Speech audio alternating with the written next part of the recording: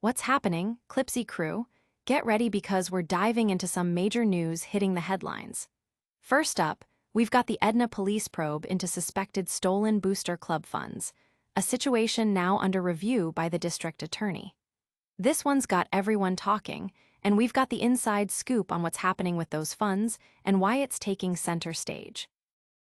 Next, we're heading to Richmond, where they're considering a complete revamp of how police release information about in-custody deaths. This comes after two tragic incidents this year, and the city council is looking at new protocols that could change everything for transparency and support. We'll break down the proposed changes and the heated debate surrounding them. Then, we're heading up to Park City, where the police blotter is buzzing with reports of some seriously loud disturbances. We're talking very loud rave party complaints that had residents unable to sleep. Get the details on what's been going down and the unusual incidents keeping the Park City police busy.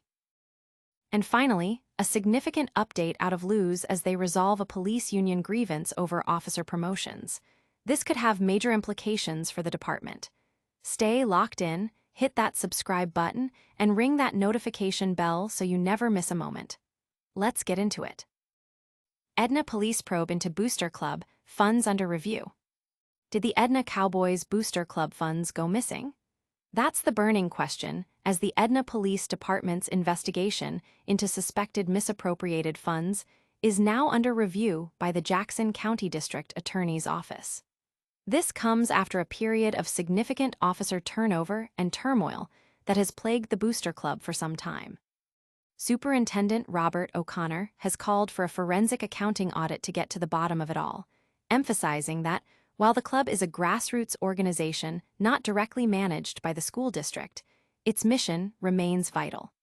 The police are actively seeking anyone with credible information or documentation to come forward. The community is watching closely as this review unfolds, hoping for swift resolution and clarity. Don't go anywhere, because the fallout from this investigation is just the beginning of our deep dive.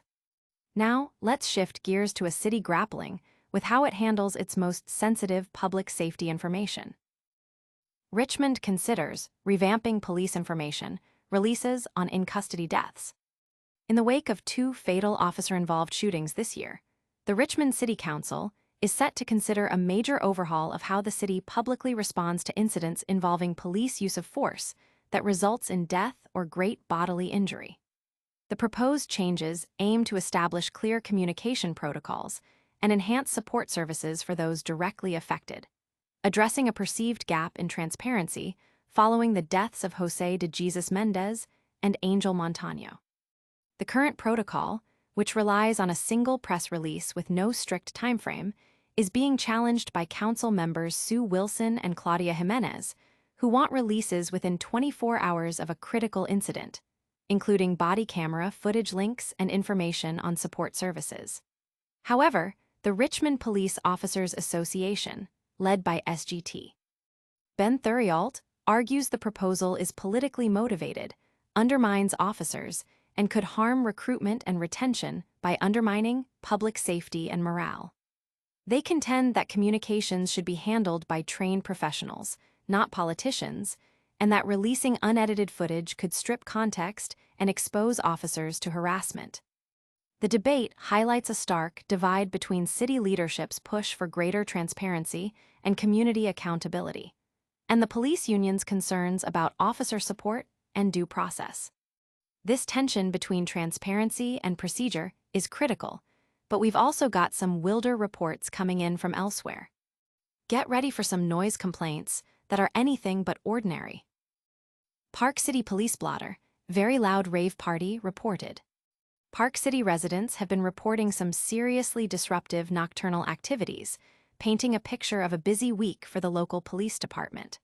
Among the most notable incidents are two separate reports of extremely loud parties.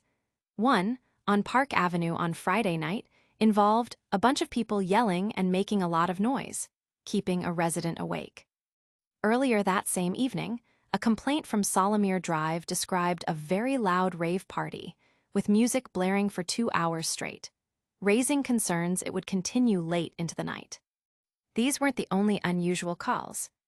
The blotter also includes a vehicle swerving dangerously across lanes near the high school, a suspected intoxication case on Main Street, a hit-and-run involving a Jeep and a Ford pickup, reports of vehicles left untouched for days, a collision involving a party bus blocking traffic, a truck failing to stop at a brake check area, a tree toppling onto power lines, an abandoned vehicle with 3 flat tires, a large landscaping truck hindering traffic, a significant asphalt spill creating a hazard, and multiple instances of lost property being found, including wallets, driver's licenses, and bicycles.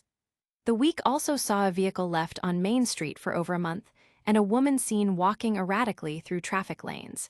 It seems Park City has had its share of unusual happenings. While some are making noise, others are making strides in resolving disputes. We're heading to Lewes for a critical update on police promotions. Update: Lewes resolves police union grievance over officer promotions. Good news for the Lewes Police Department, as a significant grievance filed by the police union concerning officer promotions has reportedly been resolved. While details remain scarce on the exact terms of the resolution, this marks a crucial step in addressing potential disputes and ensuring clarity in the promotion process. Such grievances often arise from disagreements over criteria, fairness, or adherence to established procedures, and their resolution is vital for maintaining morale and trust within the department. This update suggests that both the union and the department have found common ground, paving the way for a more stable and equitable environment for officers. The Phillies' playoff games on WDEL are also a hot topic, but this internal resolution is a major win for Lewes law enforcement. And that brings us to the end of our news roundup today. But before you go, let's quickly recap the biggest stories. That's a wrap on today's top stories. We saw the Edna police probe into Booster Club funds head to the district attorney.